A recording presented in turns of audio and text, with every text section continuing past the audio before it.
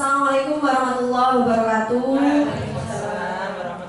Selamat siang Bapak Ibu, salam bahagia kita semua. Perkenalkan, saya Ajeng Rahmawati yang hari ini mengundang Bapak Ibu untuk mengikuti diseminasi budaya positif terkait dengan materi yang saya dapatkan di pendidikan calon guru penggerak angkatan 10 Kabupaten Bojonegoro. Nah Bapak Ibu, sebelum kita memulai diseminasi hari ini, izinkan kami atau saya untuk mengajak Bapak Ibu guru melemaskan otot-otot yang satu hari ini duduk manis mendampingi anak-anak mengerjakan ASP. Gitu ya Bapak Ibu. Oke, kita melatih konsentrasi juga Bapak Ibu. Nah, Bapak Ibu, mohon untuk mengikuti kata-kata saya. Clue-nya adalah permainan dimulai dan permainan dihentikan. Jadi permainan dimulai, maka panjenengan semua bisa mengikuti apa kata saya. Dengan clue satu lagi, mengatakan ada clue kata Bapak. Kata Bapak, angkat tangan kanan, panjenengan bisa mengangkat tangannya. Dan permainan selesai dengan clue permainan dihentikan.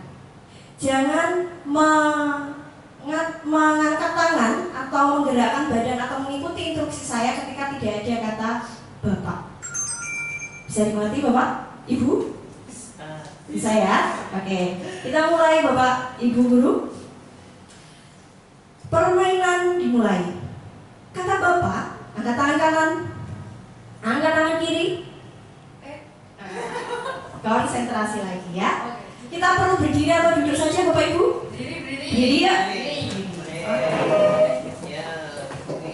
Angkat tangan kanan semua. Kata Bapak angkat tangan kiri. Turunkan tangan kiri. Angkat tangan kiri. Kata Bapak angkat tangan kanannya. Silahkan duduk. Oke, tepuk tangan untuk kita semua. Oke, malah Bu Ika benar sekali. Ada kata Bapak tidak? Tidak ada. Oke, ini baru latihan. Kan permainan belum dihentikan. Gitu ya, konsentrasi lagi ya. Oke, yang merasa salah silahkan langsung duduk. Oke? Yang merasa nanti permainan dihentikan dan permainan kami mulai lagi.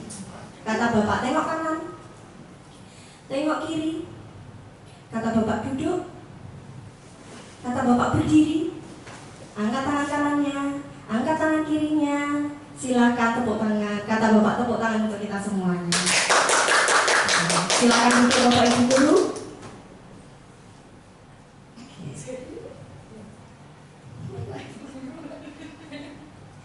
Sudah ya, merasa salah tidak kita? Silakan Bapak Ibu Guru, silakan duduk. Kata Bapak atau tidak? Ada bapaknya. Ada katanya tidak? Oke, lagi ya. Lihat atas Bapak Ibu Guru. Lihat bawah Bapak Ibu Guru. Kata Bapak angkat tangan kanannya, angkat tangan kirinya, turunkan tangan kanan. Kata Bapak turunkan tangan kiri. Kata Bapak turunkan tangan kanan. Kata Bapak tepuk tangan untuk kita semuanya.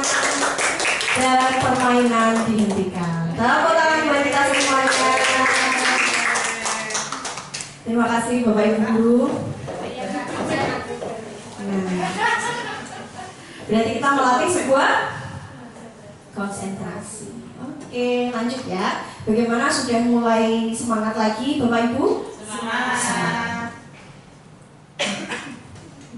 Nah, sebelum kita memulai, kita menyepakati kesepakatan kelas yang nanti kurang lebihnya 1 jam sampai 1 jam setengah kita akan membahas mengenai budaya positif. Yang pertama adalah hadir tepat waktu atau disiplin waktu. Kita sudah mulai tadi pukul 11 tepat dalam melakukan sebuah kegiatan. Yang kedua, HP dalam kondisi silent. Di sini apakah diperbolehkan menggunakan HP saat penyampaian materi atau saat kita berdiskusi nanti Bapak Ibu?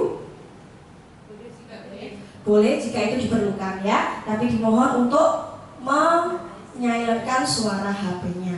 Yang ketiga, kita saling menghormati. Ketika nanti ada yang bercurah pendapat, mohon untuk dihormati bersama. Dan yang keempat adalah menjaga sebuah kebersihan. Dan yang kelima, tetap semangat. Semangat di sini adalah aktif dalam mengikuti kegiatan hari ini. Mungkin ada yang ditambah lagi Bapak Ibu? Atau mungkin ada yang dikurangi? Cukup ya? Lanjut. Oke. Nah, Bapak Ibu, berbicara mengenai budaya positif, Ki Hajar Dewantara, Bapak Pendidikan kita, menyampaikan bahwa sebuah pendidikan itu adalah tempat menyemai benih kebudayaan. Kebudayaan itu dibentuk dari kebiasaan dan menjadi sebuah karakter. Dan diharapkan karakter itu berdampak lama dan jangka panjang. Dari yang disampaikan Bapak Ki Hajar Dewantara, ada yang menyampaikan bahwa ternyata pendidikan itu tidak hanya mentransfer pengetahuan saja Bapak Ibu, namun juga ada pembentukan karakter, ada pengembangan potensi. Dan kita tahu bersama bahwa potensi setiap anak itu berbeda-beda. Sehingga ketika anak ingin mengembangkan potensi, menumbuhkan karakter yang positif, diperlukan lingkungan yang positif. Lingkungan positif itu akan membantu anak dalam pengembangan karakter dan pengembangan potensi yang maksimal. Nah, di dalam budaya positif ada 7 hal yang perlu kita pahami bersama nantinya. Yang pertama adalah ketika kita mampu merubah paradigma belajar kita yang dulu dan paradigma sekarang. Sehingga diharapkan Bapak Ibu muncul dari diri dan mampu mendorong anak untuk melakukan sebuah perilaku disiplin positif yang didasari oleh sebuah motivasi perilaku manusia. Apakah kegiatan anak atau perilaku kita itu didasari motivasi internal atau intrinsik atau motivasi ekstrinsik. Nah, selanjutnya ketika kita membantu anak setelah mengetahui motivasi anak melakukan suatu hal tersebut, maka kita bisa mengajak mereka untuk melakukan sebuah atau membuat sebuah keyakinan kelas yang diyakini bersama. Dalam membantu anak menyelesaikan sebuah masalah, kita harus mengetahui yang namanya kebutuhan dasar manusia. Apa itu kebutuhan dasar manusia? Nanti kita akan bahas bersama Bapak Ibu.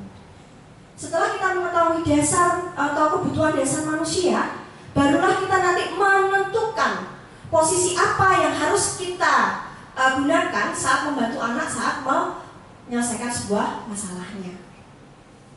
Nah, segitiga restitusi ini adalah goalnya Bapak Ibu. Bagaimana kita membantu anak menyadarkan dirinya bahwa mereka itu salah dan lain sebagainya.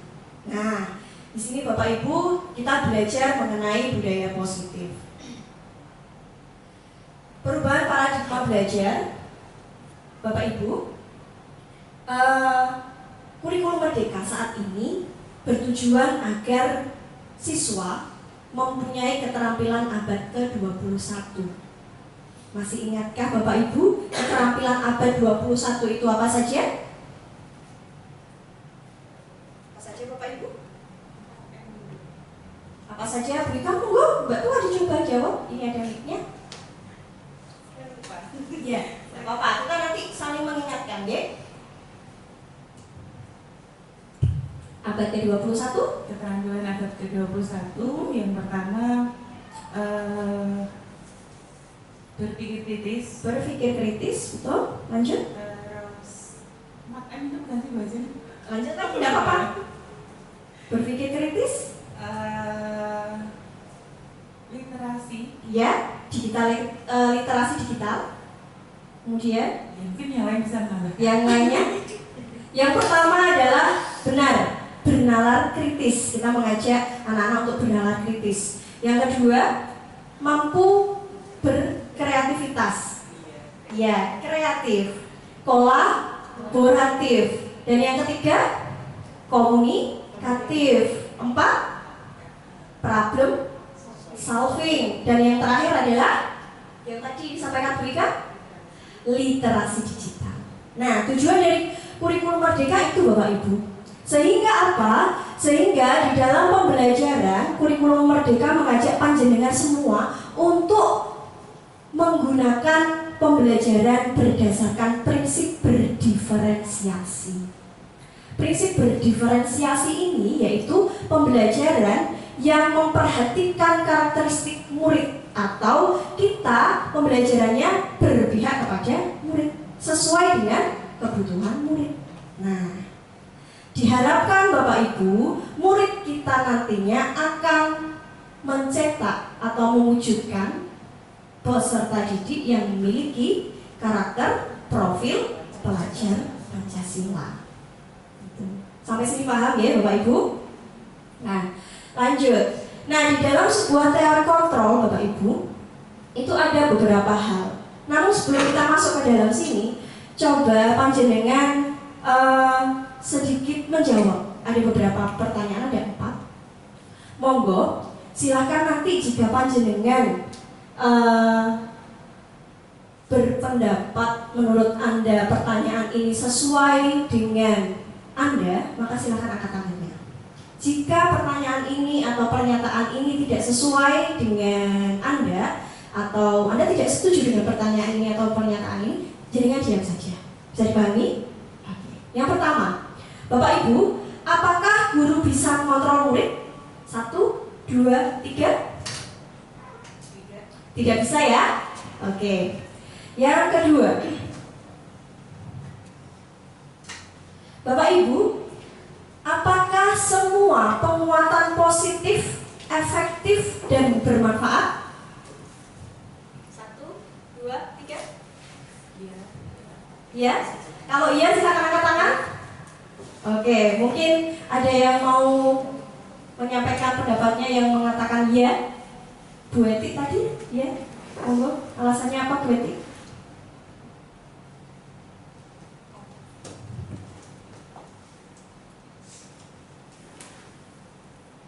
Ya, apakah semua penguatan positif itu bersifat efektif dan bermanfaat? Jawaban saya iya, karena kalau misalkan kita memberikan penguatan positif, otomatis nanti akan berdampak positif juga kepada murid atau peserta didik, karena di mindset mereka kan nanti oh ya itu baik. Tapi kalau misalkan apakah bermanfaat juga, tentunya juga iya, karena kalau dia sudah punya mindset oh itu baik, tentunya nanti juga akan bermanfaat untuk kehidupan mereka di masa yang akan datang. Oke, luar biasa biar ramai Bapak Ibu, ya, biar semangat kita juga lebih membara. Sekarang kan viralnya itu menyala, ya kan? Menyala. Jadi jika teman kita atau Bapak Ibu pula ada yang menyampaikan pendapatnya, kita beri applause menyala. Bagaimana applause menyala itu? Menyala besti. Bisa dicoba? Bisa. Kita berikan applause menyala kepada Bu Eti.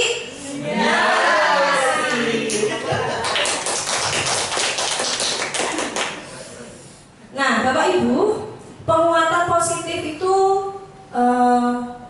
adalah suatu bentuk-bentuk sebuah kontrol. Nah, tergantung ini akan berdampak positif atau berdampak negatif. Ketika kebanyakan juga akan menimbulkan dampak negatif. Nah, ya ini nanti juga akan kita perdalam bersama Bapak Ibu. Dan yang ketiga Bapak Ibu, menurut panjenengan, apakah kritik dan membuat orang merasa bersalah itu dapat menguatkan sebuah karakter? 1, 2, 3? Tidak? Tidak. Coba Pak Iqbal bisa menyampaikan pendapatnya. Kenapa panjenengan berpendapat bahwa tidak?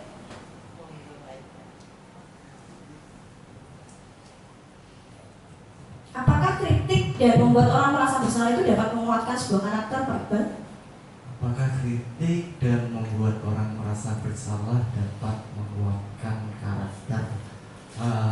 Ya, tadi kalau dia berarti tidak setuju ya atau tidak sepakat. Ya karena gini, kalau kita berbicara dengan tentang menguatkan karakter itu ada banyak cara.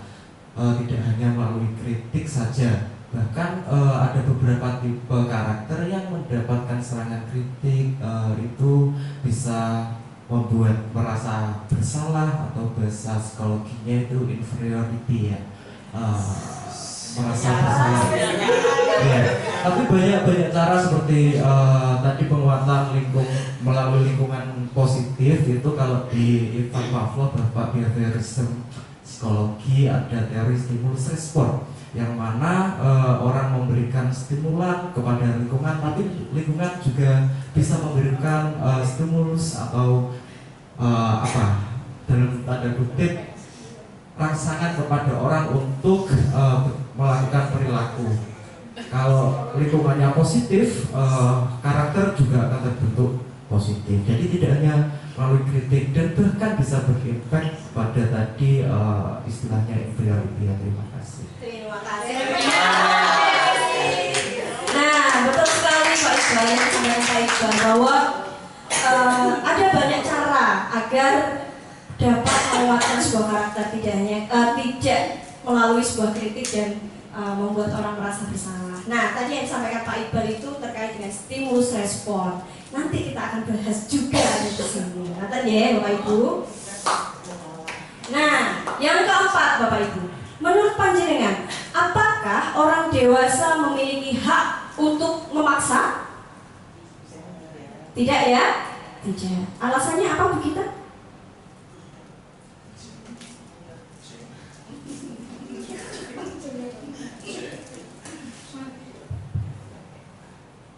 Baik, terima kasih atas kesempatannya. Untuk nomor 4, apakah orang dewasa memiliki hak untuk memaksa? Saya menjawab tidak. Karena memang kalau memaksa itu berarti tidak membebaskan seseorang untuk memilih jalannya, gitu. Jadi tidak untuk orang dewasa memilih hak untuk memaksa. Semuanya pun, anak kecil ataupun dewasa, remaja dan sebagainya, itu tidak memiliki hak untuk memaksa, karena memang kita semuanya ini harus memiliki kebebasan, entah itu kebebasan berupa kebebasan untuk bersikap dan sebagainya. Itu kita tidak boleh untuk atas dasar memaksa, gitu. Baik, terima kasih ya. Wassalamualaikum warahmatullahi wabarakatuh.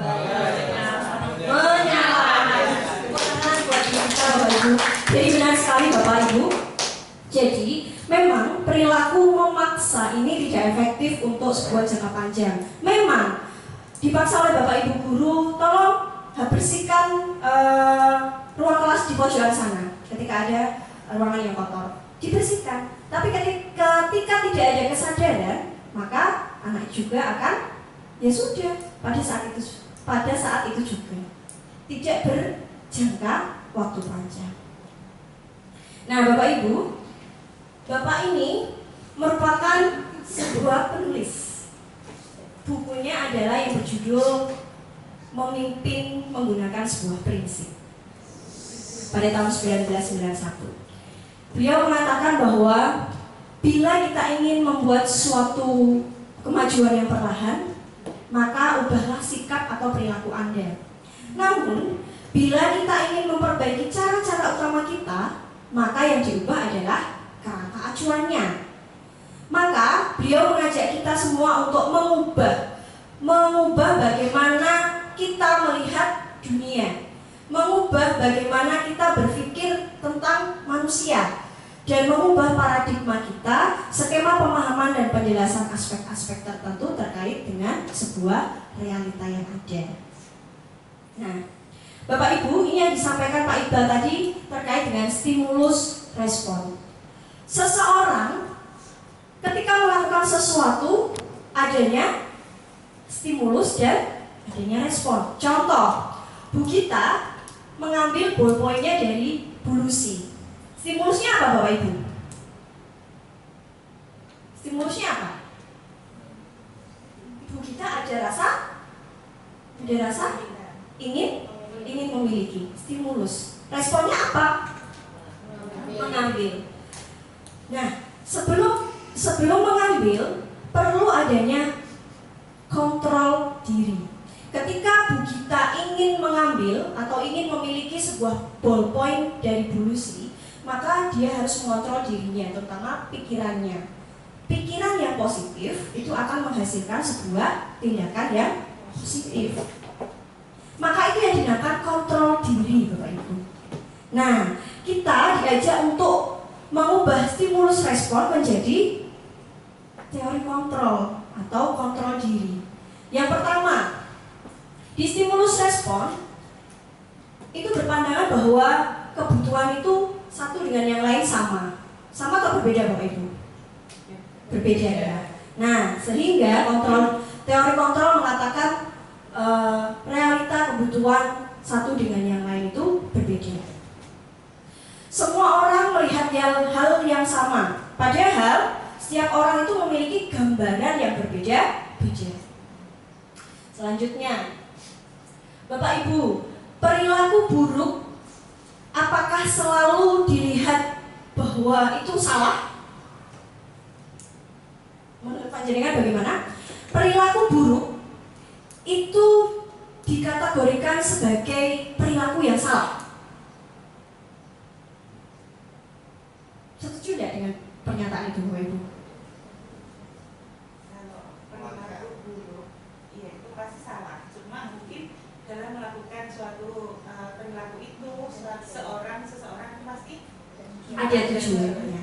Nah, di teori kontrol benar yang dikatakan Bu Ika bahwa melakukan sebuah perilaku itu pasti ada tujuannya, ada dasarnya, Bapak Ibu.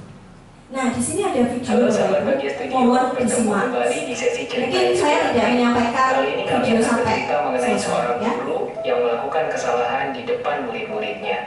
Apa hikmah dari kisah ini? Yuk kita tonton video inspiratif ini sampai selesai. Pada hari terakhir sebelum murid-muridnya lulus sekolah, seorang guru matematik menulis beberapa perhitungan perkalian di kelas terakhir murid-muridnya tersebut. Melihat kesalahan sang guru, beberapa anak memberikan kritik, beberapa anak tertawa, sebagian tersenyum menahan tawa sambil melirik temannya yang lain, sedangkan sebagian lainnya menggerutu di dalam hati, menyalahkan sang guru karena menulis perhitungan yang salah. Setelah selesai menulis di papan tulis, guru itu berbalik menghadap kepada murid-muridnya. Dia tersenyum melihat murid-muridnya mentertawakan kesalahannya. Bapak menulis perkalian terakhir dengan salah karena memiliki tujuan. Karena Bapak ingin kalian belajar sesuatu yang penting sebelum kalian lulus nanti. Bapak ingin menunjukkan seperti inilah dunia akan memperlakukan kalian nanti. Kalian bisa melihat. Bapak menulis 9 kali dengan benar, namun tidak ada satupun dari kalian memberi Bapak selamat. Sedangkan saat Bapak menulis satu perkalian yang salah, kalian segera mengkritik dan menertawakan. Pelajaran yang bisa kalian ambil adalah dunia tidak akan menghargai kita walaupun kita sudah melakukan banyak hal yang benar, namun akan mengkritik dan menertawakan kita saat kita melakukan satu kesalahan. Nah, Bapak Ibu, ini yang nyambung dengan diskusi awal tadi, bahwa kesalahan itu pasti ada tujuannya, dasar. Ketika anak melakukan sebuah kesalahan pasti ada dasarnya. Itu tugas kita adalah mencari dasar tujuan anak melakukan hal tersebut. Ngerti ya? Nah, Bapak Ibu, berbicara mengenai disiplin positif. Tadi kita menyinggung terkait dengan pikiran positif. Pikiran positif akan menghasilkan tindakan yang positif. Tindakan positif itu akan berjalan terus-menerus menjadi sebuah budaya positif jika dilakukan dalam lingkungan yang positif. Nah, apa yang diperlukan dalam anak melakukan sebuah disiplin positif, Bapak Ibu? Yang perlu dimiliki anak itu apa? Kesadaran. Kesadaran itu masuk ke dalam yang namanya motivasi internal, yang namanya disiplin diri atau self disiplin. Ketika anak memiliki self disiplin, Bapak Ibu, maka secara sadar anak memiliki motivasi intrinsik untuk melakukan sebuah perilaku yang positif. Lanjut. Nah, Bapak Ibu, Diana Gosen itu mengungkapkan bahwa nilai-nilai sebuah kebajikan yang diyakini seseorang, maka motivasi intrinsiknya akan terbangun, sehingga menggerakkan motivasi dari dalam untuk mendapat tujuan yang diinginkan. Panjenengan paham terkait dengan nilai-nilai kebajikan, Bapak Ibu? Mungkin sebagian ada yang sudah paham. Nah, saya ingatkan lagi bahwa sebuah nilai-nilai kebajikan itu merupakan sifat-sifat positif manusia yang merupakan tujuan yang ingin dicapai setiap individu. Nah, dalam rangka menciptakan lingkungan yang positif, salah satu strategi yang perlu diperhatikan adalah menerapkan disiplin di sekolah kita. Tadi sempat saya singgung bahwa seseorang harus memiliki self-disiplin. Sama halnya yang disampaikan oleh Pak Ki Hajar Dewantara bahwa mencapai sebuah kemerdekaan anak atau mencapai kemerdekaan sebuah pendidikan diharapkan untuk menciptakan murid yang merdeka. Syarat utamanya adalah harus ada disiplin yang kuat. Disiplin yang dimaksud adalah disiplin diri atau self-disiplin. Manusia yang merdeka adalah manusia yang mampu mengendalikan dirinya.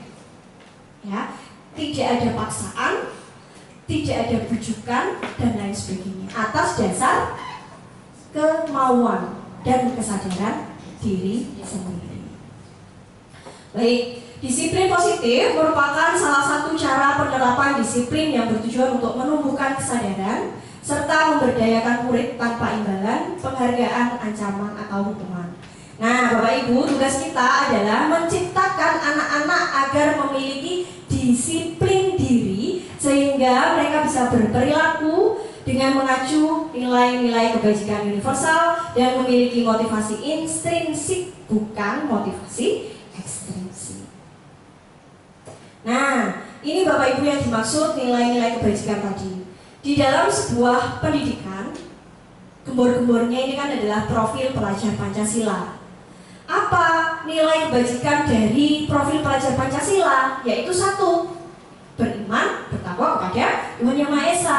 Yang kedua, berkebinekaan global, gotong royong, mandiri, kreatif, dan bernalar kritis. Itu nilai-nilai kebajikan ini besar. Paham ya? Nah, Bapak Ibu, ketika anak melakukan sebuah kebajikan yang universal, ada motivasi yang mendasari. Apakah motivasi itu berupa dari intrinsik atau dari ekstrinsik? Motivasi intrinsik ini diharapkan memiliki tujuan menjadikan orang yang mereka inginkan dan menghargai diri sendiri dengan nilai-nilai yang mereka percaya. Motivasi intrinsik ini berasal dari diri kita. Motivasi eksternal itu berasal dari luar. Tujuannya untuk apa? Anak melakukan hal tersebut untuk menghindari sebuah hukuman. Kalau tidak membersihkan ruangan pojok, maka nanti nilaimu tidak akan bagus atau kamu nanti akan remet di pelajaran saya. Nah, akhirnya anak tersebut melakukan hal tersebut, membersihkan kelas atas dasar menghindari sebuah hukuman, bukan karena adanya faktor internal. Nah, Bapak Ibu, coba kita fokus kepada layar. Di sini ada sebuah contoh. Menurut panjenengan, sebagai seorang guru, saat Anda hadir mengajar di kelas, Anda datang tepat waktu.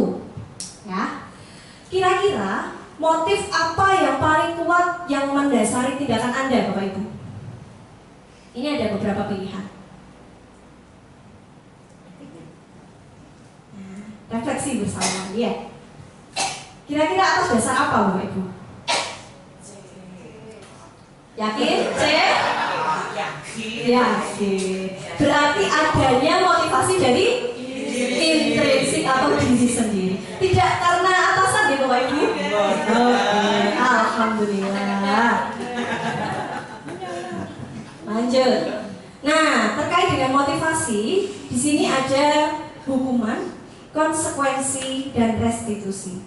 Kira-kira Bapak Ibu, dari ketiga ini, motivasi yang baik itu ya timbul dari mana Bapak Ibu?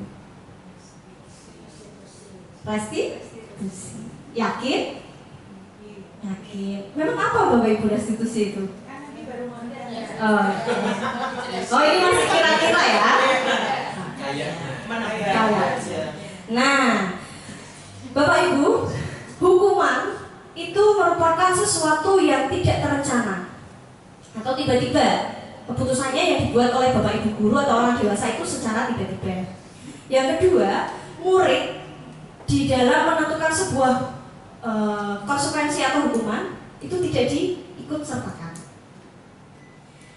Bersifat satu arah dan lebih kepada tindakan hukuman fisik maupun psikis.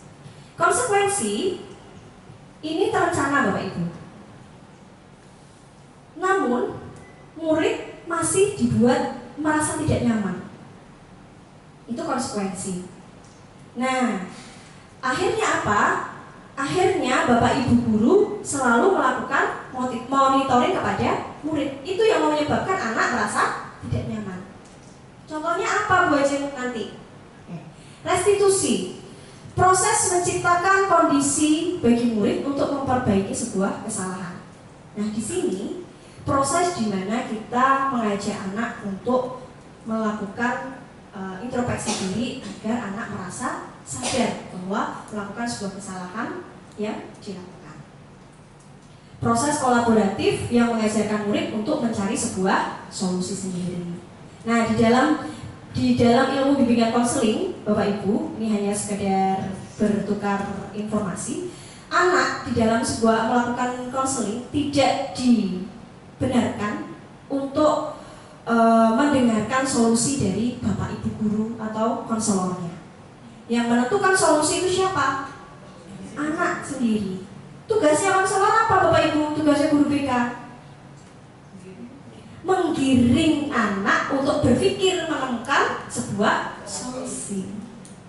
Ya, jadi tidak perlu pusing menentukan solusi apa untuk anak. Nah, ini Bapak Ibu. Kira-kira di dalam pengertian tadi, nomor 1 itu termasuk sanksi atau hukuman, konsekuensi atau hukuman. Hukuman? Pak Iqbal, Pak Fajar, sanksi apa hukuman? Hukuman? Yakin? Ada yang mengatakan ini konsekuensi? Yang nomor 2, menggantikan kertas tugas teman yang telah dicoret-coret. Sanksi, konsekuensi atau hukuman? Bu Lucy, konsekuensi atau hukuman?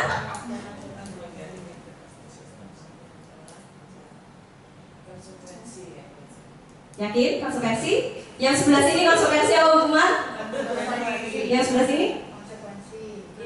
Konsekuensi. Tara. Yang pertama tadi berdiri di depan kelas sambil mengangkat kaki karena tidak bisa menjawab pertanyaan itu merupakan sebuah hukuman. Betul ya? Dan yang kedua, menggantikan kertas tugas teman yang telah dicoret-coret merupakan sebuah konsekuensi. Paham ya antara perbedaan hukuman dan konsekuensi? Paham. Hukuman itu tidak sejalan dengan apa kesalahan yang dibuat anak, yaitu hukuman. Nah, agar lebih paham lagi terkait dengan perbedaan hukuman, konsekuensi, restitusi, di hukuman sesuatu itu akan membuat anak tersakiti. Ya, konsekuensi sesuatu itu harus terjadi. Belum tentu anak itu ikhlas. Ya. Restitusi itu sebuah pilihan. Jadi ketika anak itu melakukan sebuah kesalahan, solusinya, keyakinannya yang diyakini apa? Pilihannya apa untuk melakukan menebus kesalahan yang dialami anak. Maka pilihan Bapak Ibu. Pada saat kita menerapkan hukuman, anak itu merasa tidak nyaman dalam jangka waktu panjang. Mungkin ketika ada alumni ya yang main ke sekolah cerita mengenai masa lalunya, nostalgia, yang diceritakan kesalahan dari Bapak Ibu guru. Saya ingat Bapak Ibu, Bu Ejen, saya dulu disuruh nulis berapa kali karena ini. Dengan Bapak Ibu guru yang bersangkutan. Nah, ini merupakan tersimpan di dalam memori anak dalam jangka waktu panjang. Yang kedua, konsekuensi. Anak masih tidak nyaman Bapak Ibu guru, tapi dalam waktu pendek. Dan restitusi, anak itu bisa kuat atau bisa paham di dalam jangka waktu yang panjang. Hukuman itu akan menciptakan sebuah perilaku agresif kepada anak. Sudah anaknya agresif, diberi hukuman, tambah agresif. Konsekuensi, penguatan itu hanya bertahan dalam jangka waktu pendek, tadi yang disampaikan awal. Nah, restitusi, ketika kita menerapkan restitusi, masalah itu akan terpecahkan. Anak sudah mengetahui solusinya. Sampai sini ada yang dibingungkan Bapak Ibu? Contoh kalimat hukuman. Peraturannya adalah kamu harus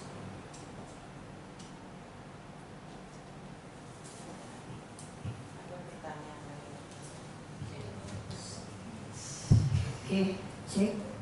Bapak Ibu, peraturannya adalah kamu harus seperti ini. Itu contoh hukuman. Konsekuensi, apa peraturannya ketika kamu terlambat? Lalu, kira-kira mampukah kamu melakukan bersih-bersih toilet? Nah, itu konsekuensi. Restitusi. Nah, apa yang kamu yakini? Kemudian ada lagi, kira-kira untuk memperbaiki masalah kamu, apa yang akan kamu lakukan ke depannya? Itu merupakan kalimat sebuah restitusi. Baik. Nah, mungkin saya boleh minta tolong Pak Iqbal untuk mengganti baterainya. Ya, terima kasih Pak Iqbal. Oke. Nah, ini Bapak Ibu yang kita bahas tadi, restitusi. Benar sekali. Yang paling tepat adalah kita menggunakan restitusi. Restitusi adalah sebuah pendekatan untuk menciptakan disiplin positif, sehingga proses tersebut menciptakan kondisi bagi murid untuk memperbaiki kesalahan mereka, sehingga mereka bisa kembali pada kelompok mereka dengan karakter yang lebih kuat. Restitusi bertujuan untuk belajar dari sebuah kesalahan, memperbaiki hubungan, dan mampu menguatkan karakter siswa. Nah, Bapak Ibu, kira-kira Bapak Ibu di kelas panjenengan sudahkah ada atau sudahkah pernah panjenengan membuat sebuah peraturan atau keyakinan kelas? Mungkin sebelum pas pembelajaran atau sebelum semester atau awal-awal semester. Pernah? Pernah. Berupa peraturan atau keyakinan Bapak Ibu? Peraturan. Oke. Pertanyaannya seperti ini. Yang betul silakan angkat tangan, yang salah diam saja. Keyakinan kelas dan peraturan kelas itu adalah hal yang sama. 1, 2, 3. Salah atau betul? Salah? Salah. Tadi yang mengatakan di kelas tadi ada peraturan, membuat peraturan, berarti itu sudah betul peraturan atau bagaimana? Pak Fajar tadi peraturan, membuat peraturan? Iya. Bagaimana menurut panjenengan? Betul atau salah? Sama atau berbeda? Kalau yang ini memang berbeda ya antara keyakinan kelas dan peraturan kelas. Karena yang saya terapkan di kelas itu memang basicnya lebih mengikat dan kaku. Okay. Jadi saya menyatakan tadi adalah sebuah peraturan kelas. Dan Okay. ada hukuman yang kalau tadi dijelaskan hukuman adalah sebenarnya tidak menjadi solusi untuk memecahkan masalah yang atau tindakan yang kurang tepat dari anak gitu ya. Jadi bagi saya kalau selama ini sebelum dari Bu Ajeng informasinya tadi ya sebatas peraturan. Oke.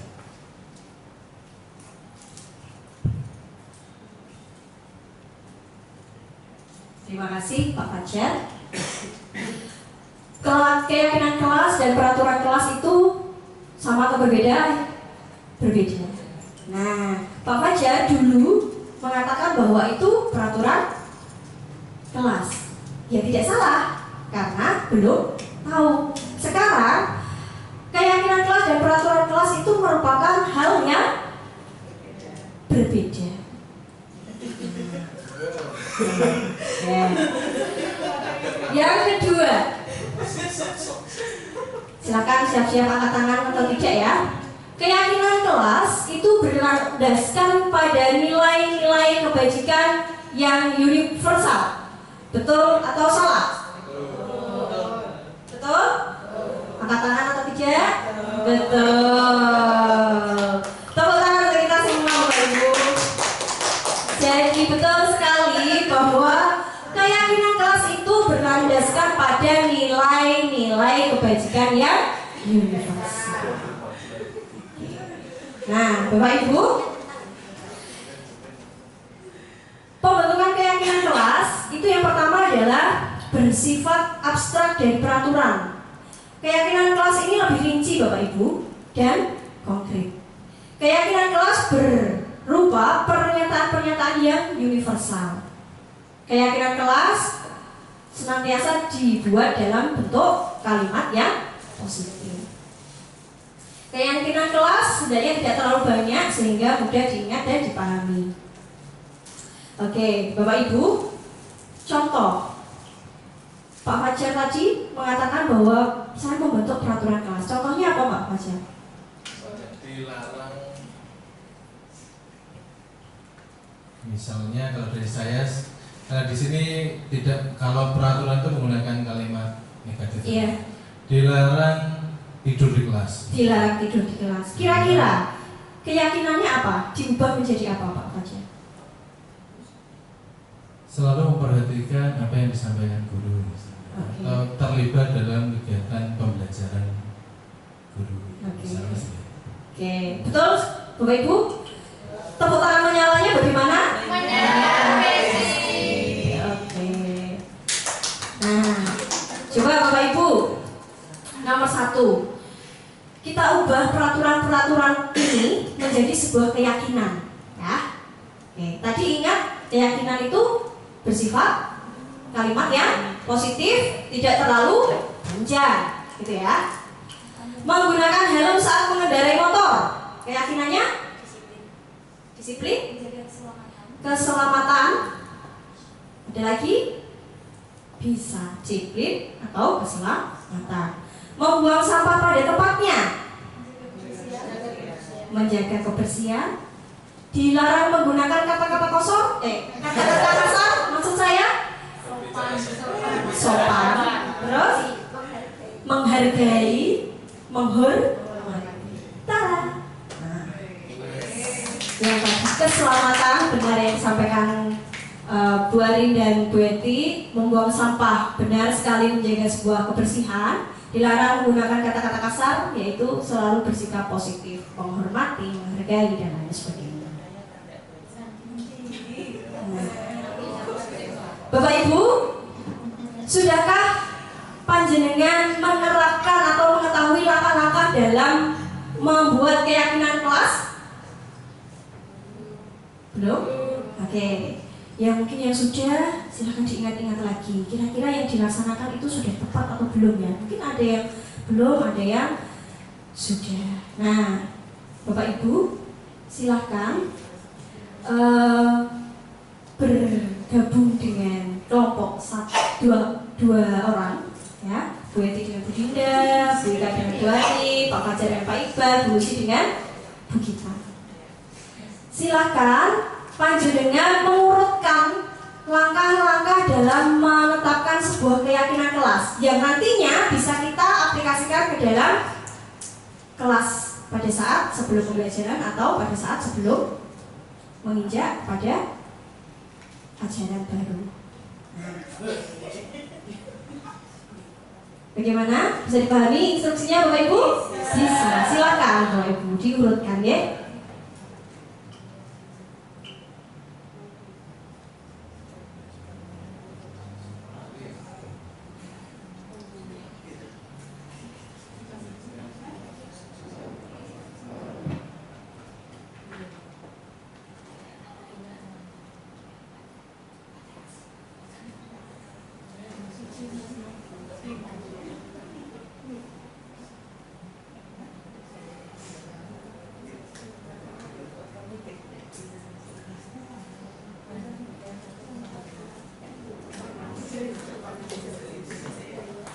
Sudah Bapak Ibu?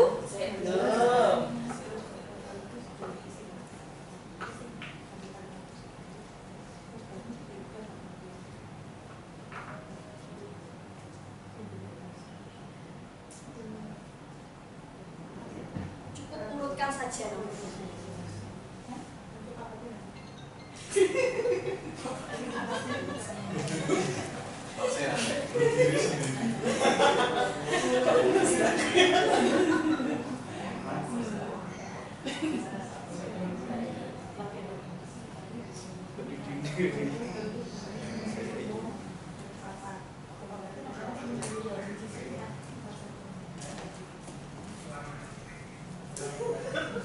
Sudah?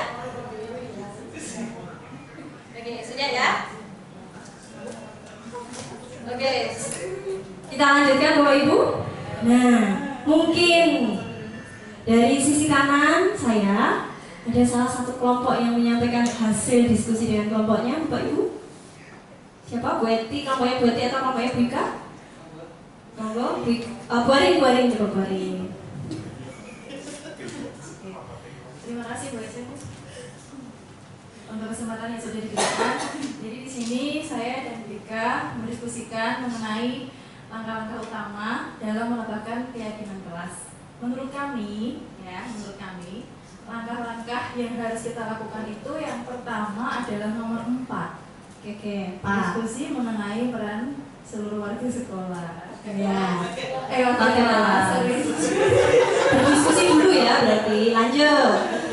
Lalu yang kedua itu yang nomor 2. Berdiskusi memunculkan peraturan-peraturan yang perlu ditaati warga kelas. Oke, masih berdiskusi ya. Terus yang ketiga, mengubah peraturan-peraturan menjadi kalimat yang lebih positif. Oke. Kemudian nomor 1, berdiskusi mengenai gambaran perilaku yang mencerminkan keyakinan kelas. Lalu nomor 6, menyarikan peraturan-peraturan yang menjadi nilai-nilai kebajikan atau keyakinan kelas, dan terakhir meninjau ulang keyakinan kelas dari waktu ke waktu. Oke. Ini mohon bimbingannya Bu Eci. Terima kasih semuanya. Oke, dari sisi kiri Bapak Ibu atau Bulusi atau Pak Ipa. Bulusi belum tadi Bulusi. Sepertinya jawaban saya beda dengan Bu Ari. Karena kalimatnya juga hampir sama semua ya. Kalau menurut kami berdua, yang pertama itu tambah berdiskusi memunculkan peraturan-peraturan yang perlu ditaati warga kelas. Poin yang kedua itu. Yang kedua itu yang pertama. Terus selanjutnya menyarikan peraturan-peraturan yang menjadi nilai-nilai kebajikan atau keyakinan kelas. Yang kedua. Terus yang ketiga itu mengubah peraturan-peraturan menjadi kalimat yang lebih positif. Kemudian berdiskusi mengenai peran seluruh warga kelas. Terus berdiskusi mengenai gambaran perilaku yang mencerminkan keyakinan kelas. Terus yang terakhir adalah meninjau ulang keyakinan kelas dari waktu yang ke waktu. Yang saya yakin itu yang terakhir. Karena harus meninjau ulang keyakinan kelas dari waktu ke waktu. Kalau sebelumnya Mas ya tidak tahu saya. Mau nyalanya bagaimana Bapak Ibu? Menyala Besti. Nah, Bapak Ibu berbeda ya pendapatnya. Dan jawabannya Tara. Yang pertama adalah nomor 2. 2.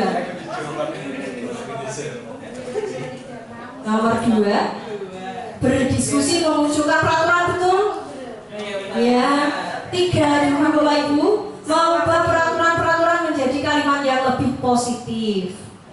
Ya. 3, ketika sudah mengubah maka dicarikan peraturan-peraturan itu menjadi nilai sebuah kebajikan. Nah, dan yang keempat, berdiskusi. Tadi kan sudah ini peraturan-peraturan menjadi keyakinan kelas. Bagaimana gambaran perilaku keyakinan kelasnya?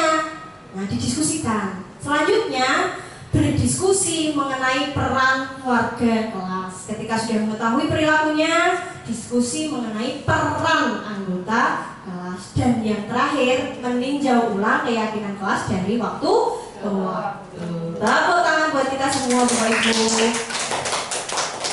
Nah, Bapak Ibu, ini merupakan sebuah contoh saya melakukan keyakinan kelas, membuat keyakinan kelas di dalam kegiatan bimbingan konseling, khususnya di layanan bimbingan kelompok.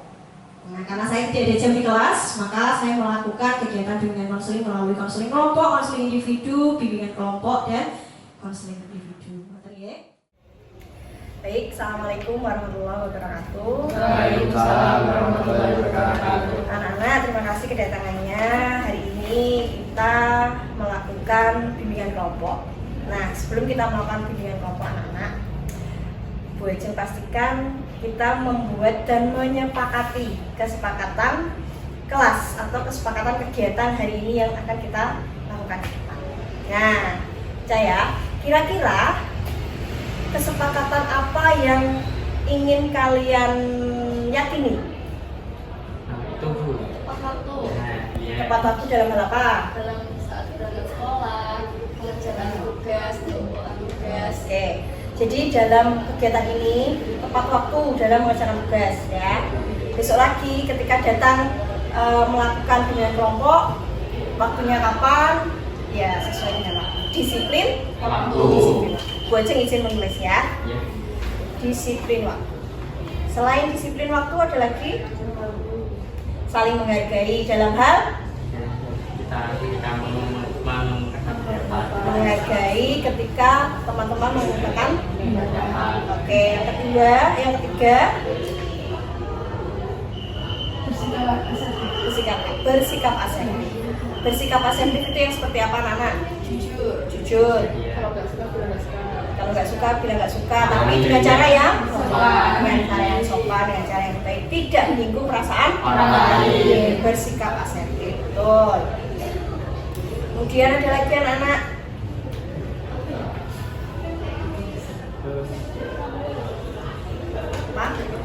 Bolehkah ketika selama kita berkegiatan diam saja? Iya, aktif. Kita terbuka dengan yang ada di sini ya. Dan ketika kita sudah terbuka satu dengan yang lain, wajibkah kita menjaga rahasia satu dengan yang lain? Wajib ya. Kita harus menjaga asas kerahasiaan dan keterbukaan. Ya, jil ya. Kita menerapkan asas keterbukaan dan kerahasiaan. Nah, menjadi alarm bagi kita semua anak-anak ketika nanti kita ada di kegiatan ini, kita fokus di sini, kita saling terbuka untuk mencari sebuah solusi dalam permasalahan dari diri kalian dan teman-teman. Dan ketika nanti kita keluar dari ruangan ini, maka rahasia akan kalian pegang masing-masing ya. Oke, ada yang pertanyaan lagi? Atau mungkin ada yang berpendapat lagi? Kini kesepakatan yang kita yakini nanti ke depan? Cukup? Bolehkah kita makan? Boleh enggak? Permen Bu, Permen boleh? Boleh. Bungkusnya bagaimana? Dibuang. Berarti kita harus betul sekali. Ya. Ada lagi anak-anak? Sudah? Sudah ya, gak usah ulangi lagi. Jadi anak-anak kita harus disiplin waktu. Pertama, yang kedua kita saling menghargai dan menghormati, bersikap asertif, kemudian menerapkan asas keterbukaan dan kerahasiaan. Dan yang terakhir, Baik, kesepakatan kelas sudah kita sepakati bersama. Sekarang kita melakukan bimbingan kelompok. Tetap semangat anak-anak. Semangat. Semangat ya. Semangat. Semangat. Oke, terima kasih. Kita lanjut ke kegiatan selanjutnya. Nah, di sini bimbingan kelompok dan dari berdiskusi dengan anak-anak, saya dan anak-anak menciptakan sebuah keyakinan kelas yang disepakati bersama dan diyakini bersama, yaitu satu, disiplin waktu, dan yang kedua, saling menghargai, ketiga, berperilaku asertif, keempat, aktif, dan menjaga sebuah kerahasiaan satu dengan yang lainnya. Karena prinsip dari bimbingan konseling ketika melakukan sebuah konseling di dalam, maka kita harus terbuka, ya, terbuka terkait dengan masalah yang dihadapi dan lain sebagainya, terbuka dengan masukan orang lain, pendapat orang lain. Di dalam setelah melakukan konseling, keluar dari ruangan diharapkan menjaga sebuah kerahasiaan dari anggota kelompoknya. Dan itu kesepakatan kelas kita atau keyakinan pada saat bimbingan kelompok. Nah, nonton Bapak Ibu. Nah, ini yang kita singgung tadi. Ketika orang itu melakukan sebuah perilaku, ada dasarnya melakukan sebuah perilaku itu. Dasarnya itu merupakan sebuah kebutuhan seorang manusia.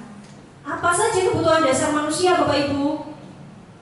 Ada 5, yaitu 1. Bertahan hidup, 2. Penguasaan, 3. Kesenangan, 4. Kasih sayang, 5. Sebuah kebebasan. Nah, di dalam bertahan hidup, anak-anak atau kita dalam melakukan sebuah perilaku dibutuhkan makan, minum, mata Bapak Ibu. Dan yang kedua, penguasaan. Bagaimana kita ingin dianggap berharga di mata orang lain. Ada tahu kebutuhan itu? Itu yang namanya kebutuhan atas pengakuan dan penguasaan. Nah, ketika kita melakukan ini, kita ingin jalan-jalan, misal jalan-jalan. Apa yang kita butuhkan, Bapak Ibu? Ketika kita healing, kesenangan. Oke. Kemudian berkolaborasi dengan orang lain, menjaga hubungan satu dengan yang lain. Kebutuhan apa? Kasih sayang dan rasa diterima. Dan yang terakhir, kebutuhan kebebasan. Ya. Oke. Nah, Bapak Ibu, untuk sticky note-nya masih? Silakan panjenengan memegang satu kertas dan silakan dituliskan, Bapak Ibu, 4 bagian. 4 bagian ini 1, 2, 3, 4 silakan diisi terkait dengan 4 kebutuhan dasar apa yang memenuhi panjenengan. Bisa orang atau nama orang, bisa sebuah kegiatan, bisa berupa benda yang itu nanti mampu memenuhi kebutuhan dasar panjenengan. Contoh, kebutuhan dasar rasa diterima. Kira-kira apa yang bisa memenuhi rasa diterima dari saya?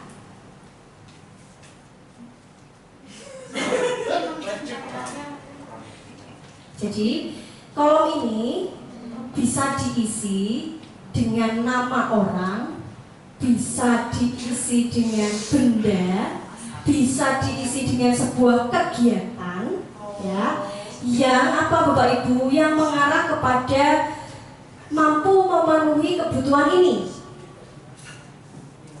Nah, diterima dari saya. Contoh tadi, melakukan jalan-jalan di pantai, berarti senang. Untuk bebas, apa kegiatannya? Hal apa?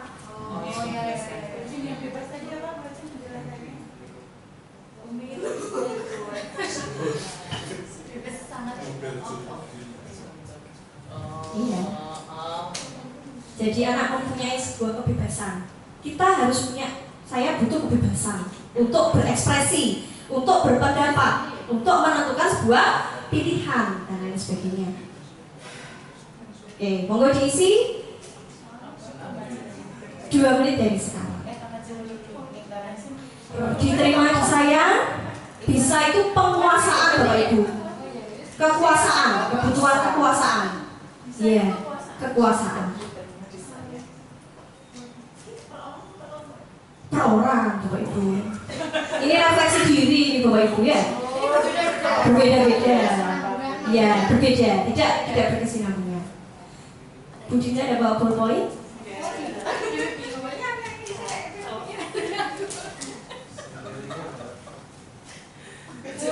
Silakan 2 menit ya Bapak Ibu. Monggo ini yang bawa pulpen.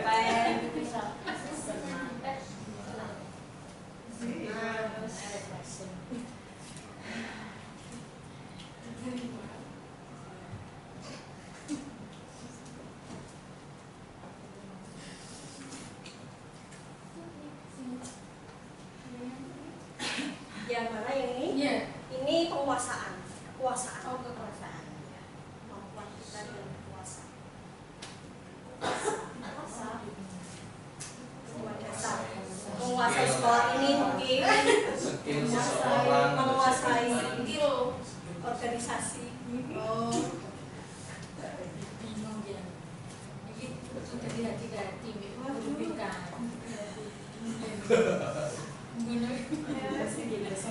Ya Bapak Ibu, ini merupakan refleksi diri kita ya. Apakah kebutuhan dasar kita itu sudah terpenuhi atau belum? Ya. Oke, sudah?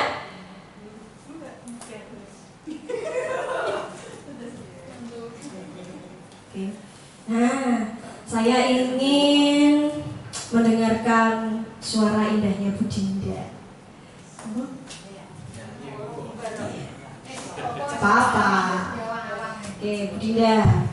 Oke, terima kasih atas waktu yang diberikan. Saya ingin mencoba menjawab lingkaran 4 kebutuhan dasar. Yang pertama adalah diterima dan disayang. Kalau menurut saya ini yang saya isi, ya karena diterima dan disayang itu sifatnya ya karena diterima dan disayang berarti.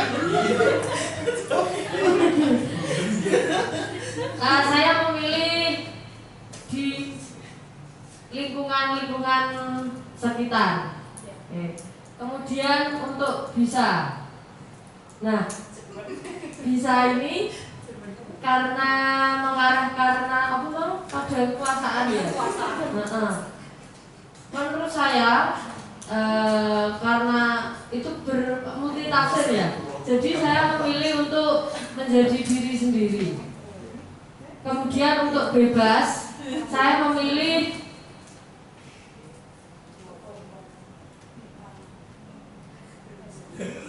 bebas ya. Ya bebas. Karena kebebasan berarti itu kebebasan atas hak dan kewajiban diri atau sebuah prinsip. Kemudian untuk yang senang, yang terakhir itu saya memilih senang ya. Kalau senang itu Laris tanggapan. senang itu menurut saya bisa menikmati keadaan yang ada di diri sendiri. Ya, terima kasih. Bu Dinda, dari 4 kebutuhan dasar ini apakah yang disampaikan Bu Dinda sudah didapatkan untuk saat ini semuanya belum? Ya, karena saya menerapkan prinsip legowo ya. Nah. Jadi ya yang ada ya disyukuri, kalau nggak ada ya udah gitu ya. Terima kasih Bu Dinda, tepuk tangan untuk kita semua ya Bapak Ibu. Dan terima kasih sudah mengisi terkait dengan lingkaran 4 kebutuhan dasar manusia yang ada dalam diri kita. Ini merupakan refleksi bersama ya. Nah Bapak Ibu, ketika seorang murid atau seseorang melakukan sebuah perbuatan yang bertentangan dengan nilai-nilai kebajikan atau melanggar sebuah aturan, hal yang sebenarnya itu dikarenakan mereka gagal memenuhi kebutuhan dasar mereka. Jadi misal panjenengan ada masalah, berarti ada sesuatu kebutuhan dasar yang belum panjenengan penuhi atau dapatkan. J. Tuh, mungkin merasa galau ya karena urusan percintaan. Berarti kebutuhan dasar yang belum terpenuhi apa? Kasih sayang dan rasa diterima. Paham ya Bapak Ibu? Paham. Kalau urusan cinta kita paham ya Bapak Ibu ya. Nah, kita belajar lagi Bapak Ibu. Menurut panjenengan apa ini Bapak Ibu? Ibu Ambar merupakan guru wali kelas 2A di SD Pelita Hati, sedang bingung menghadapi ulah salah satu murid kelasnya bernama Dani. Ya. Beberapa anak di kelas 2A telah datang padanya dan mengeluhkan perilaku Doni yang sering meminta bekal makanan siang secara paksa. Jika panjenengan semua menghadapi situasi seperti Bu Ambar, apa yang Anda lakukan? Dan menurut panjenengan kira-kira apa alasan Doni melakukan hal tersebut Bapak Ibu? Siapa yang mau berpendapat Bapak Ibu? Bu Yati? Monggo. Terima kasih Mbak Jin. Kalau menurut saya melihat kasus yang ada di depan itu ada kebutuhan dasar yang belum terpenuhi atau belum dirasakan oleh Doni. Yaitu ada mungkin kita bisa menanyakan alasan dengan maksudnya mendekati si anak tersebut kenapa kok dia minta bekal temannya. Terus kalau misalkan kita sudah dapat jawaban dari anaknya, kita bisa cross check kepada orang tuanya karena kaitannya dengan bekal itu kan pasti orang tua yang membawakan. Nah, kaitannya dengan kebutuhan dasar apa? Berarti itu adalah termasuk apa namanya? Yang harus dipenuhi kebutuhan dasar. Kebutuhan dasar satu mau apa? Yang satu apa? Bertahan hidup. Itu sudah bisa bertahan hidup. Terus yang kedua kesenangan dia mungkin. Kesenangan dia untuk memperoleh makanan dari temannya itu seperti apa? Betul. Ada lagi?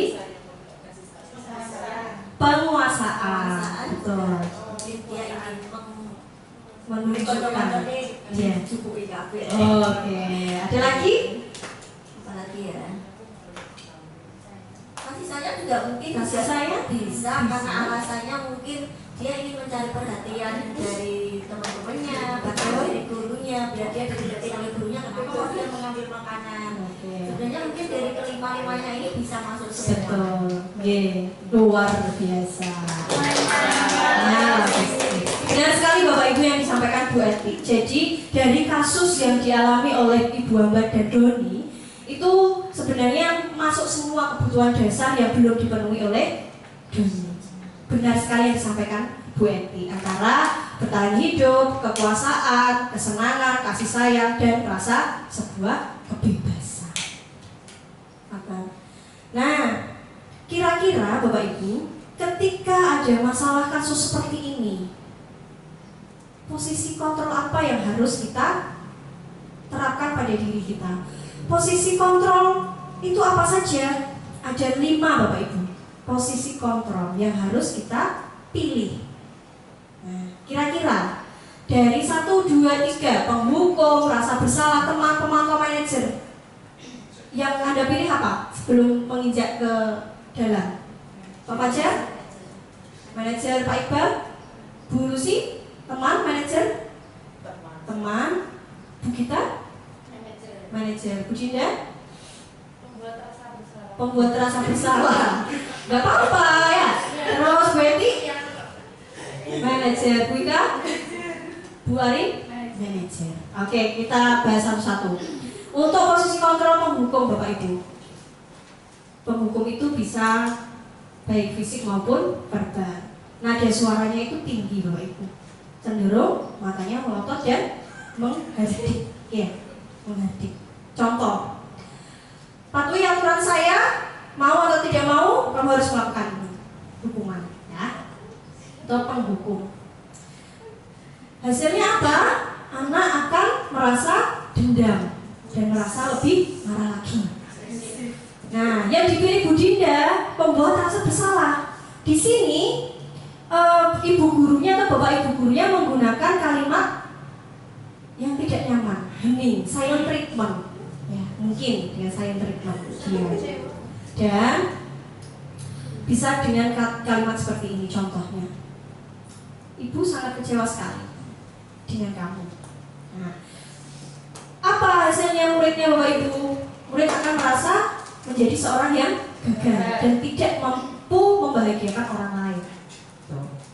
Untuk posisi teman, di sini ada sisi positifnya Bapak Ibu, ya, lebih dekat dengan anak-anak.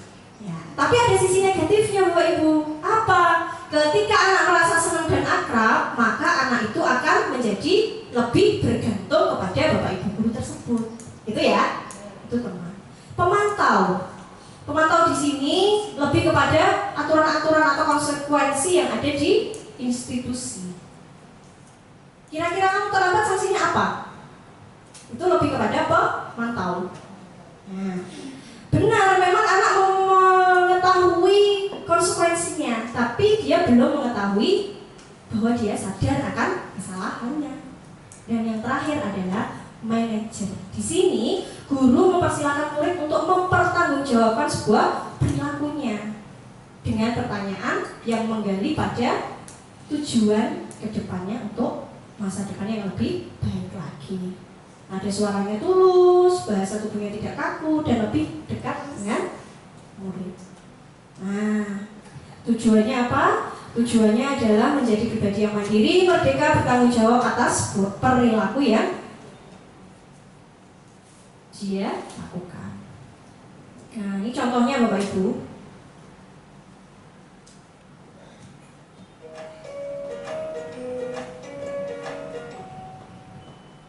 Salam bahagia Ibu dan Bapak guru hebat.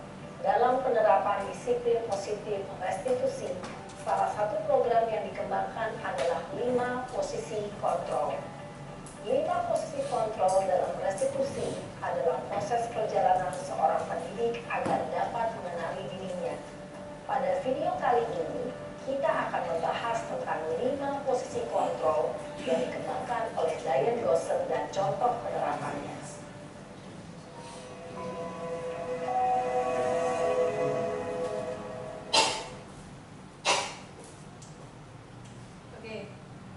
Nah, Bapak Ibu, video ini itu menggambarkan bagaimana contoh penerapan 5 posisi kontrol. Antara 1, pendukung, teman, rasa bersalah, pemantau, dan manajer. Nah, ini Bapak Ibu, kalimat ini kira-kira kontrol apa Bapak Ibu? Oke. Pembuat rasa bersalah. Nah, Bapak Ibu, silakan kira-kira dari 1, 2 ini, Bapak Ibu, ini adalah kegiatan posisi Anda di rumah. Yang kedua, posisi Anda di tempat kerja. Ya, kira-kira ketika ada masalah di rumah, posisi kontrol apa yang harus panjenengan terapkan? Kepada siapa? Panjenengan di rumah sebagai apa? Orang tua, anak, atau bibi? Oh, iya. Yeah. Nah, kira-kira walaupun kita menjadi seorang anak, bisa nggak kita melakukan atau menerapkan manajer di rumah? Bisa. Kita menjadi tante-tante di rumah? Bisa? Bisa.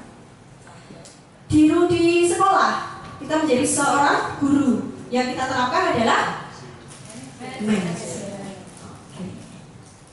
Nah, terakhir Bapak Ibu, goalnya segitiga restitusi. Segitiga restitusi ini adalah sebuah proses dialog yang dijalankan oleh guru agar dapat menghasilkan murid yang mandiri dan bertanggung jawab. Ada 3 langkah Bapak Ibu untuk melakukan segitiga restitusi. Nah, di dalam melakukan segitiga restitusi ini adalah, kalau saya lihat dan Pak Iqbal juga nanti bisa merasakan, ini merupakan sebuah konseling yang sederhana. Konseling sederhana yaitu segitiga restitusi. Sehingga diharapkan nantinya Bapak Ibu tidak hanya guru BK yang melakukan konseling kepada anak, panjenengan bisa melakukan konseling melalui segitiga restitusi. Yang pertama adalah menstabilkan identitas, yaitu mengubah identitas anak yang gagal menjadi orang yang sukses.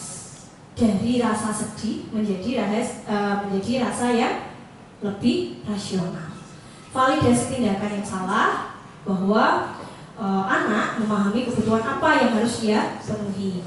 Menanyakan sebuah keyakinan, kira-kira di sini adalah menghubungkan anak dengan nilai-nilai keyakinan yang dilanggar atau yang nanti akan diyakini kedepannya.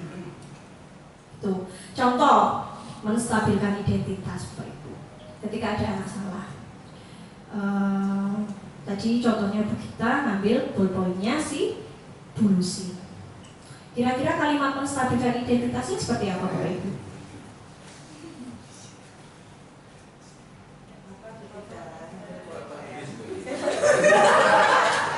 Oke, Bu Gita melakukan sebuah kesalahan itu manusiawi.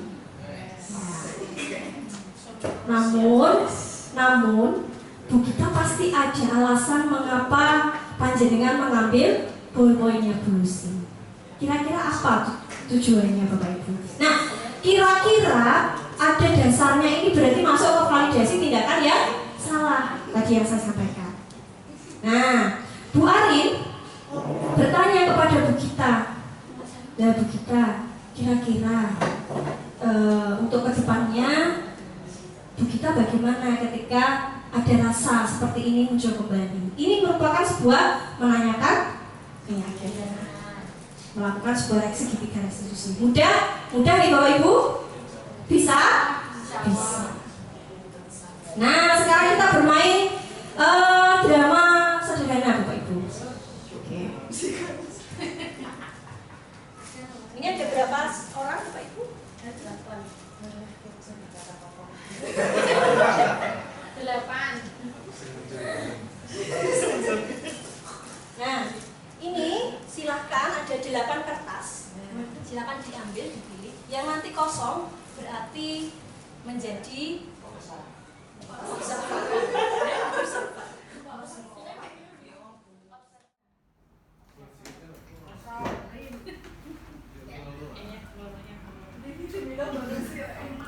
Oke. Sudah mendapatkan peran masing-masing? Oke. Silahkan ini nanti dipraktekkan sesuai dengan peran panjenengan masing-masing ya. Kasusnya ini Bapak Ibu.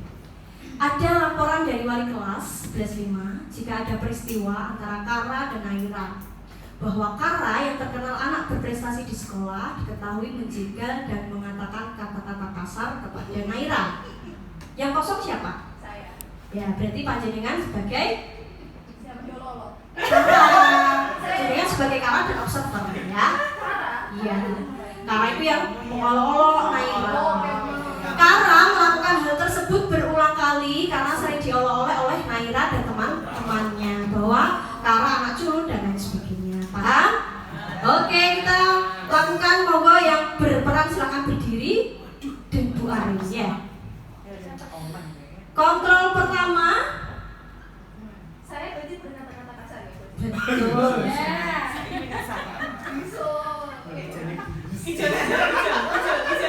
Ya, oke, Bu Lucy berarti yang jadi Kara. Yang jadi penghukum siapa Bapak Ibu? Oke, silakan berdiri dan menerapkan kepada Kara sing jigal. Oh, jigal. Ya. Sudah ya? Bisa? Nanti penghukum secara bergantian membuat rasa bersalah, kemudian teman, pemantau dan manajer. Oke, silakan berdiri Bapak Ibu. Bu siapa? Bu Lucy saja. Bu Lucy sebagai Kara ya.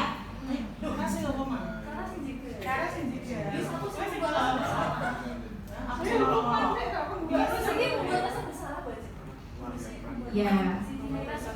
Yang jadi Kara. Oh, berarti saya langsung ke Kara. Ya. Tidak usah ada Naira di antara kita Bapak Ibu. Ya. Oke, Saya ulangi lagi ya.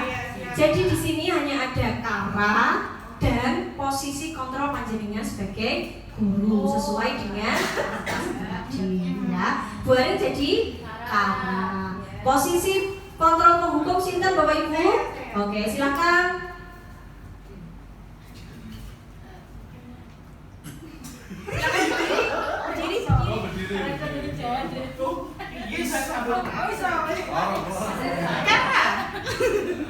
Apa yang kamu lakukan? Saya jegal teman saya, Bu. Tahu gak itu salah? Tahu. Sekarang saat Itu adalah salah satu kontrol penghukum. Yang kedua, pembuat rasa bersalah. Kara lagi, pembuat rasa bersalah berdiri di tempat situ aja, kamu yang jegal. Kara, kamu sing jegal teman aja. Ngono kuwi gak pareng, gak boleh. Ya, ngono kuwi aduh. Kamu tuh pernah dididik nggak sama orang tuamu? Pernah nggak dididik seperti itu? Boten, Bu. Aduh, nah ini nggak pernah dididik sama orang tua. Terus kamu mau jadi apa? Betul banget. Kenapa bulu si cocok sekali ya? Cocok. Nah, yang ketiga, teman.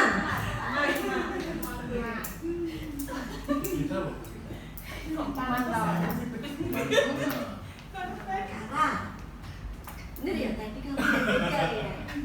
Iya, berarti Tumben-tumbennya karena seperti itu. Kenapa Kara kok bisa jegal Naira? soalnya saya sering dolok-olok, Bu. Katanya saya culun, cupu, nggak bisa apa-apa, nggak tahu berita-berita gitu katanya Oh, saya. seperti itu. Nah, kira-kira kalau yang Kara lakukan itu bagus enggak ya? Enggak sih, tapi kan saya digoreng duluan ya. Jadi saya membalas. Ya Kara ya. Iya. Nah, berarti nanti Kara kalau diolok-olok seperti apa? Iya, nanti tidak usah dibalas seperti yang saya lakukan. Oke, Kara. Gak usah diulangi lagi ya Kara ya. Iya. Terima kasih Kara. Baik,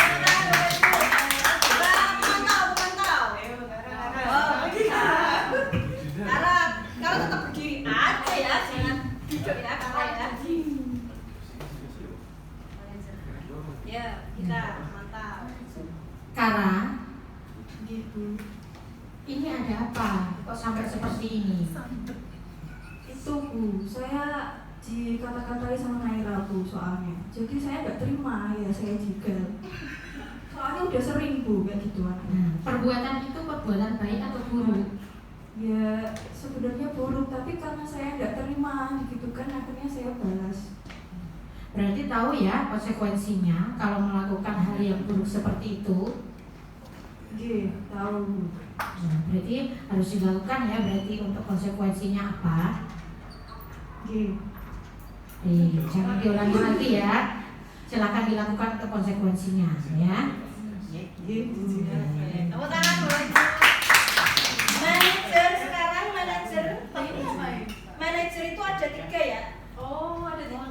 Nah, kita menerapkan sebuah restitusi. Seorang manajer itu ketika penyelesaian masalah menggunakan segitiga restitusi. Yang pertama, manajer menstabilkan identitas. Siapa Bapak Ibu?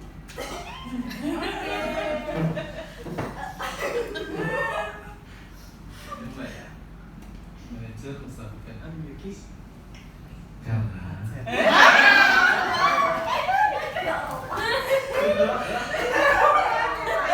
Bapak dengar kamu menjegal Naira. Mungkin kamu merasa emosi ya. Kenapa kamu merasa emosi seperti itu, Nah? Karena saya sering diolok-olok, Pak, sama Naira. Jadi kamu merasakan amarah yang menggebu-gebu seperti itu ya? Iya, saya nggak terima. Soalnya berkali-kali, Pak. Selama ini saya diam. Jadi sekarang saya pengen nyoba balas gitu. Oke. rasa emosi itu wajar sekali memang. Bapak juga dulu kalau diolok-olok juga marah juga. Tapi kita sebagai sesama teman itu harus bisa untuk menjaga dan meredam emosi kita seperti itu. Gitu ya Kara ya. Iya Pak Bisa. Oke, mungkin itu ya.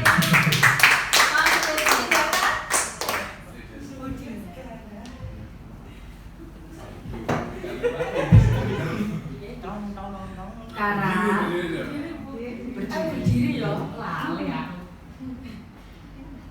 Saya dengar katanya kamu habis menjegal temanmu si Naira.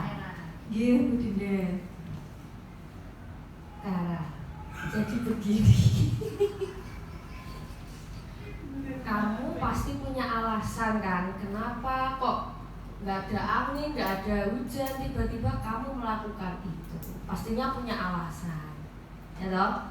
Nah, kamu boleh saja melakukan itu, menjegal atau mungkin kamu merasa dengki, merasa disakiti, merasa dia ini udah merusak kehidupanku, aku harus membalas. Nah, tapi kamu harus mengingat lagi, kira-kira kalau misalkan kamu menjadi si Naira, ya toh, kalau kamu menjadi Naira terus diperlakukan seperti itu, nah sifat kamu bagaimana? Pasti nggak mau kan ya diperlakukan seperti itu. Nah, ya wis.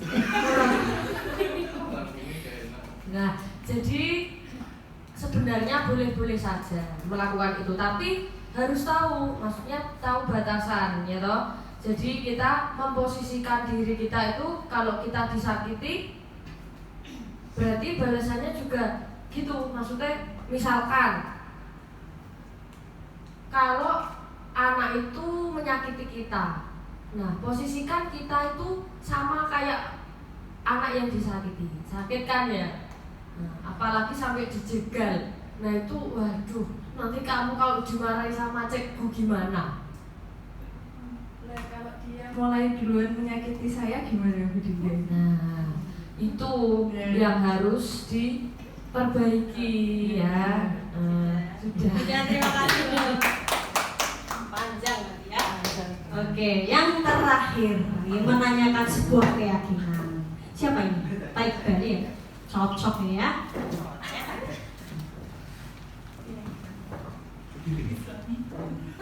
Kara, Bapak dengar Kara habis menjegal Naira. Iya Pak. Kenapa kok sampai menjegal Naira?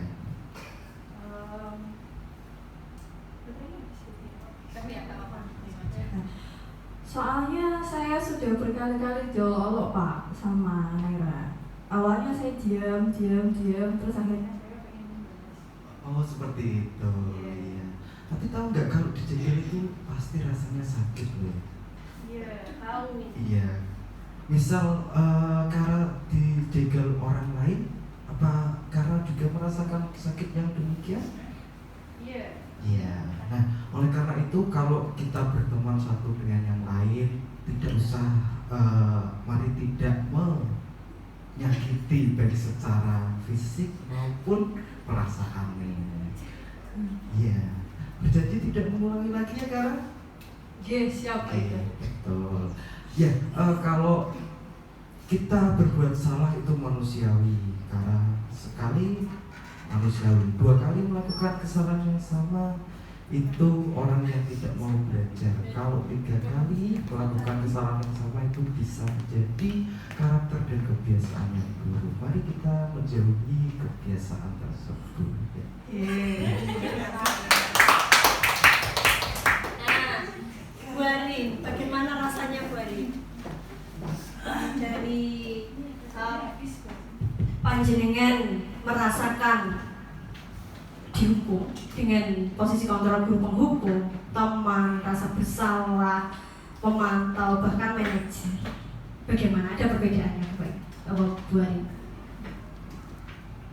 Ya Ya tentu terasa sekali perbedaannya ya Bu Ajeng, karena kalau kita diberikan hukuman ya sebagai murid, tentu saja kita merasa sakit hati, itu pasti.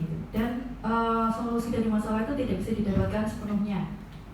Lalu kalau dari yang kelima tadi ya, yang saya rasakan memang yang paling efektif itu yang restitusi, karena dari situ kita diajari untuk pertama mengetahui sebenarnya kesalahan kita itu apa, dan itu tidak diucapkan langsung oleh gurunya, tapi dibimbing supaya kita sendiri yang tahu salahmu itu apa, terus seharusnya kamu bagaimana ke depannya. Nah, kalau solusi dan kesalahan itu didapatkan dari dirinya sendiri, insya Allah itu akan menjadi suatu perubahan yang positif, dan itu lebih baik, lebih efektif untuk mengubah perilaku anak yang kurang baik menjadi lebih baik.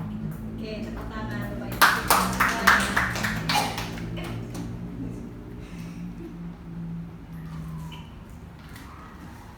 Nah, Bapak Ibu, kita sebagai guru ketika menerapkan ini, terutama Bu Haring saja sudah merasakan perbedaannya. Apalagi nanti kita dengan tulus ikhlas menerapkan segitiga restitusi kepada anak kita yang mengalami sebuah masalah.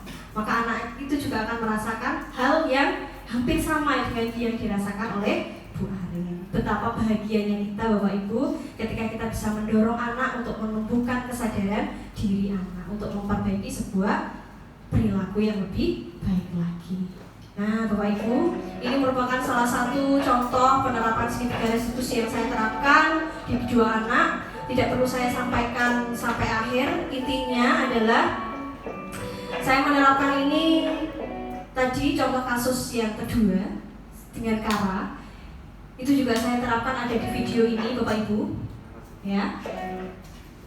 Nah, ternyata Bapak Ibu guru di sini sudah sangat luar biasa dalam menerapkan segitiga restitusi ya. Nah, Bapak Ibu tidak terasa materi kita sudah kita dapatkan semuanya, awal hingga akhir. Kira-kira ada hal yang ingin didiskusikan Bapak Ibu? Sudah? Ada? Oke, ya.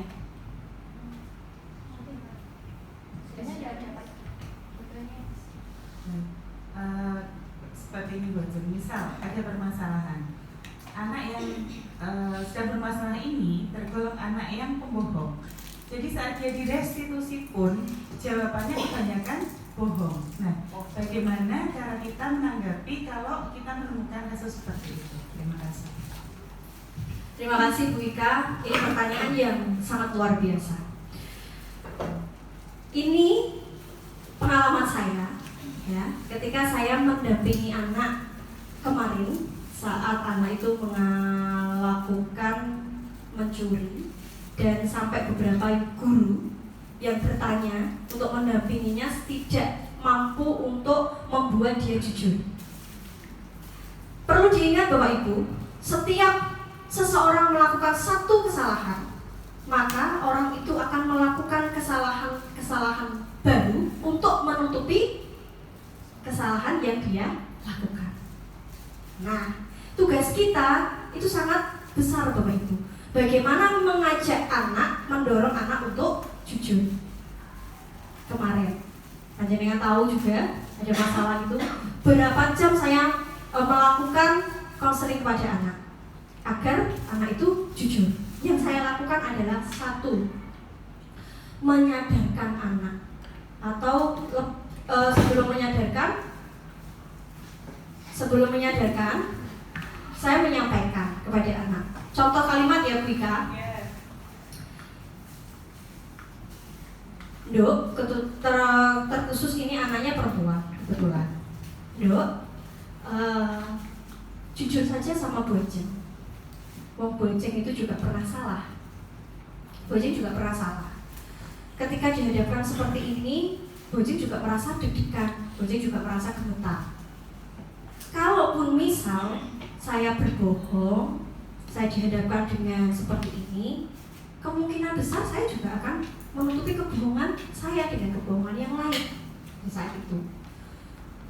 Anak itu tersebut mengatakan, Terus bagaimana Bu? Saya kan memang tidak melakukan, masih belum mengaku.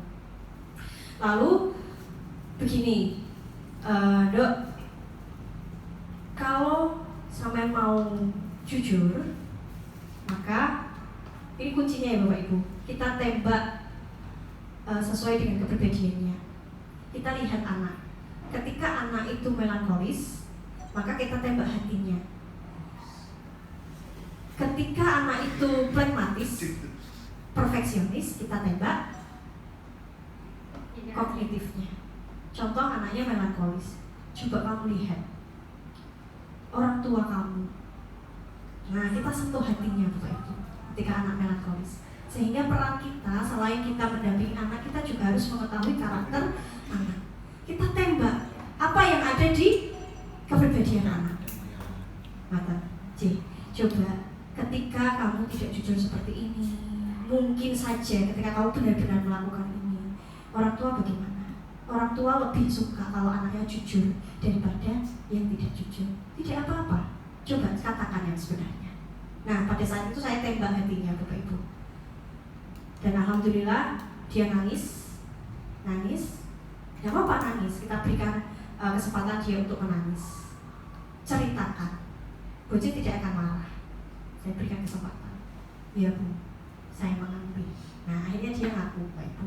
Kuncinya adalah kita harus tahu kepribadian anak seperti apa ketika kita mendampingi anak, sehingga kita tahu nanti anak ini seperti apa, kita tahu perlakuan apa yang harus kita berikan kepada anak. Pelajari anak Bapak Ibu, itu tugas kita bersama. Betul, Wika? Iya, terima kasih. Tepuk tangan untuk Wika Bapak Ibu. Nah, tidak ada yang ingin didiskusikan lagi Bapak Ibu? Sudah ya. Sebagai penutup, saya terkesan oleh yang disampaikan Su Huki bahwa kemerdekaan itu merupakan sebuah mimpi yang menjadi kenyataan, tetapi juga merupakan sebuah gedung kosong menjadi tugas pendukung-pendukungnya untuk mengisi kemerdekaan. Mari Bapak Ibu kita mengisi gedung-gedung kosong yang disampaikan Su Huki untuk mengisi kemerdekaan anak, untuk mendorong kemerdekaan anak, sehingga kita bisa mengantarkan anak menjadi manusia yang merdeka, tidak bergantung kepada orang lain. Terima kasih dari saya. Wassalamualaikum warahmatullahi wabarakatuh.